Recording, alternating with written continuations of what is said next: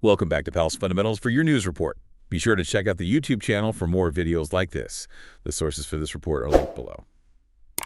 Okay, let's get started with the international news. First up, there was a recent poll in Denmark that showed 74% believe financial support for Greenland should stop immediately if Greenland becomes independent. Yeah, and there was a poll in Greenland too, and that showed 55% actually believe Denmark has an obligation to provide that support even after Greenland gains independence. Interesting. And just a reminder, Denmark's annual block grant to Greenland is currently 4 billion kroners. Right, and Greenlandic MP Ija Chemnitz acknowledges that the financial relationship between Denmark and Greenland would need to change, but doesn't think most Greenlanders want full independence right away. Makes sense. Now, within Greenland itself, the Siumut party leader, Erik Jensen, has stated that the party supports oil extraction. They think it'll help strengthen Greenland's economic independence and reduce that reliance on the Danish block grant. Oh, so that's kind of a different stance, right? From the previous coalition government who wanted to halt oil exploration because of climate concerns. Exactly, yeah. And speaking of Siumut, there's a member of the Danish parliament, Aki Matilda Hodam, who's considering leaving the party and running for Greenland's parliament. She's dissatisfied with what she sees as vague language from the party on the topic of independence. Interesting. And she's calling for clearer action and commitment to actually pursuing it. Makes sense. Now, shifting gears a bit, over in Norway, the country's facing some scrutiny for including 2 Chinese state-owned companies on their shortlist to build the Stadship Tunnel. It's a pretty vital shipping route. Right, and security experts are saying that Chinese involvement in these kinds of sensitive infrastructure projects could be a problem in the future. There are concerns about control and disruption. Yeah, and some people are even comparing it to when China acquired the Piraeus port in Greece, which caused some similar concerns within the EU. Oh, interesting. And it looks like this Stadship Tunnel project is getting a lot of attention now, especially with that recent report from the Norwegian Police Security Service that highlighted the increasing intelligence threat from China. Yeah, that makes sense. Meanwhile, Super Bowl weekend just happened, right? And former U.S. President Donald Trump reiterated his interest in Greenland, Oh, yeah? said it was needed for U.S., international, and world security and peace, Okay. defended the idea as a way to make America bigger, stronger, better, and safer. All right. Now, let's see. Moving on to the Russia-Ukraine war. Russian Deputy Foreign Minister Mikhail Galuzin says Russia hasn't received any satisfactory proposals for peace talks with Ukraine yet. Yeah, he's insisting that any solution needs to consider Russia's interests and acknowledge a new reality. I see. And this statement, it comes after Trump announced he had a phone call with Russian President Vladimir Putin to discuss the situation in Ukraine. Right, Trump claims they both want the war to end. Though Russia hasn't actually confirmed that this call took place. Interesting. And over in Iceland, there's this company called Rust that wants to conduct research by pumping diluted caustic soda into Falfjord. Okay. What are they hoping to learn?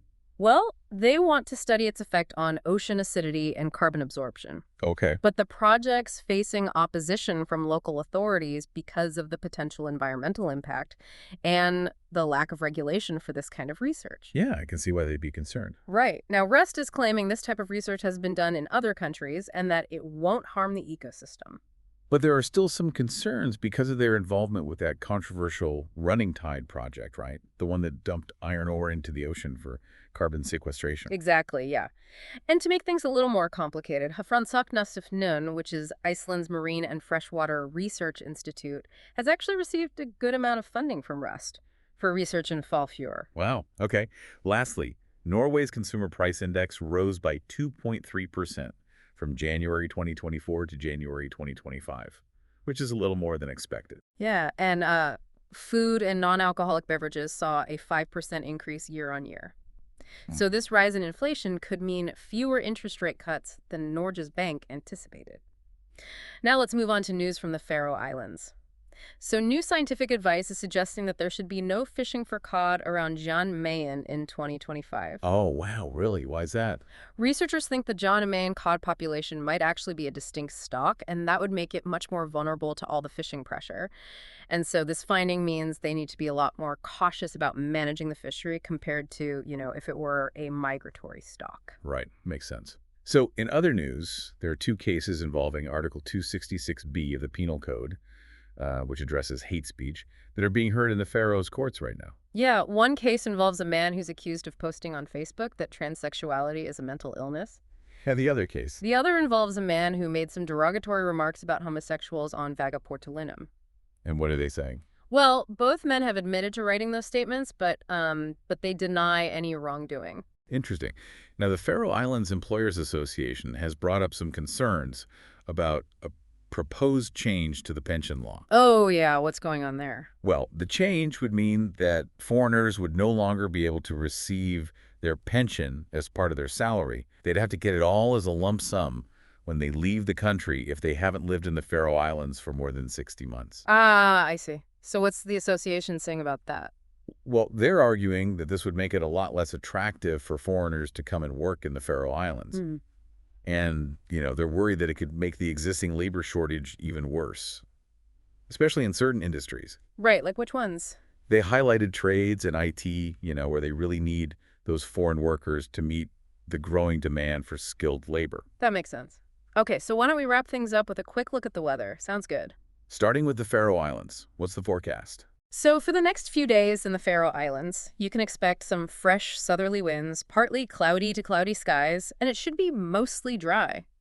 The winds are going to shift to easterly and increase to fresh to brisk on Tuesday. And the temperatures will stay mild, ranging from 3 to 8 degrees Celsius. Okay, and what about those offshore? Well, there's a high-pressure system over southern Norway right now, and that's creating a generally calm situation with just some scattered showers over the shipping lanes. So you can expect southerly to southeasterly winds for the next 24 hours, and then they'll shift to easterly and increase slightly on Tuesday. Great, thanks for that. Well, that's your news report for today. We hope you found this information useful. Yeah, and remember, it's always important to, get different perspectives and stay informed. Exactly. What stood out to you from today's report? Ooh, that's a good question. Anything you think people should explore further? Lots to think about. Well, that's all the time we have for today. Thanks for joining us, and we'll catch you next time.